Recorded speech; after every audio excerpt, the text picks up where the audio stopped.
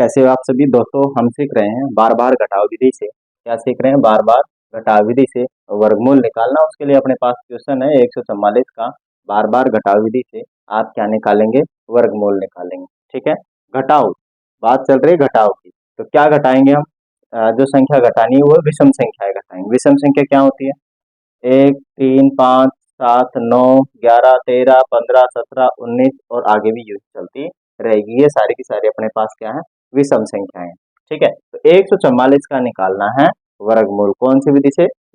बार बार घटाव विधि से। दूसरी बात, ये जो विधि है ना, इसके अंदर डायरेक्ट आंसर नहीं आता है, इसमें थोड़ा समय लगता है। इसके अंदर प्रोसेस होते हैं और जितने प्रोसेस होते हैं वो इसका क्या हो जाता है? आंसर हो जाता है। ठीक है, चलिए तो स्टार्ट करते हैं। मैं प्रोसेस लगाता हूँ। 144 है सबसे पहला प्रोसेस है और 144 है। 144 में से मैं क्या घटाऊंगा? एक घटाऊंगा। ठीक है, कितना आएगा? 143। फिर दूसरा प्रोसेस, 143 है ये वाला, इधर लिख लूंगा। फिर इसमें से मैं कितना घटाऊंगा? 3। समझे नहीं समझे? 3 घटाऊंगा, फिर मेरे पास कितना हो जाएगा? 140। ठीक है, कितना हो जाएगा? 140 हो जाएगा। फिर तीसरा प्रोसेस क्या है कि जो मेरे पास 140 है, 140 है, उसमें से मैं कितना घटाऊंगा? 5।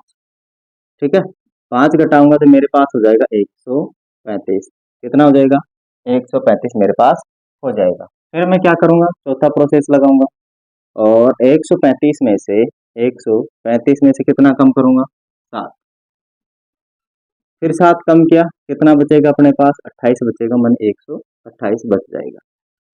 फिर पांचवा प्रोसेस है कि 128 में से मैं कितना कम करूंगा? 7 घटा लिया, 9 घटाऊंगा। ठीक है ना, 9 घटाऊंगा, 9 घटा के चलूंगा तो ये बचेगा 119। ठीक है, फिर छठा प्रोसेस है कि 119 के अंदर से मैं क्या घटाऊं? 11। भाई 9 के बाद में 11 ही आता है तो 11 घटाऊंगा। तब मुझे कितना मिलेगा? एक तो इधर से गया तो 8 बचेगा और 11 में से एक गया तो 10 बचेगा, 108 मेरे पास बचेगा। फिर सातवां प्रोसेस क्या है कि 108 में से, मानी 108 के अंदर से मैं कितना घटाऊंगा? 13। मान 11 के बाद 13, ये उधर देखो, यहाँ संख्या बढ़ती जा रही है, एक दो दो का इसमें डिफरेंस है। 113 घटाऊंगा तो 5 बचेगा और 10 में से 9 95 बचेगा। ठीक है, 7 प्रोसेस मैंने इधर कर लिए हैं, बाकी मैं यहाँ करूंगा। अब आठवां प्रोसेस क्या है? आठवां प्रोसेस है कि 95 में से, कितने में से? 95 के अंदर से, मानी 95 में से, 95 में से मैं क्या कम करूंगा? भाई 13 इधर कम कर लिया, 13 के बाद 15 आ रहा है, 15 आ रहा है, 15 कम करोगे तो देखो 5 5 गया और 80 बचेगा। ठीक है, फिर नौवा प्रोसेस है कि जो मेरे पास 80 है उसमें से मैं क्या घटाऊंगा? 15 के बाद में 17 है तो 17 घटा दूंगा। तो 10 में से 7 गया, 3 बचेगा और इधर बचा 7, 7 में से एक गया तो 6 बचेगा, 63 बचा। ठीक है, फिर 10वां प्रोसेस है कि जो अपने पास 63 है, कितना है? 63 है। 63 में से मैं कितना कम करूंगा? 19 आएगा, है ना। 19 कम करूंगा तो ये गया 13 में से 4 और यहाँ 5 में से 4, 44 बचेगा, 100, मानी 44 बच जाएगा। 11वां प्रोसेस मेरे पास क्या है कि ये जो 44 बच रहा है उसमें से मैं कितना कम करूंगा? भाई 19 के बाद में कितना आएगा? 21, 20 नहीं, 20 छोड़ना है, विषम संख्या लेनी है। ठीक है, आगे भी चलेगी तो कितना बचेगा मेरे पास?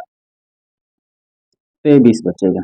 ठीक है, फिर 12वां प्रोसेस क्या है कि जो अपने पास 23 है, मन ये वाला, इसमें से मैं कितना कम करूंगा? भाई 21 के बाद में 23 से आएगा विषम संख्या, तो मेरे पास कितना आ जाएगा? 0 आ जाएगा। कितना आ जाएगा मेरे भाई? 0 आ जाएगा। अब जरा देखो, ये जो 0 आया ना, क्या आया? ये जो 0 आया, यहीं पर हमें क्या करना है? रुक जाना है, क्योंकि आगे कोई संख्या है नहीं जिसमें से मैं घटा के आगे चलूँ।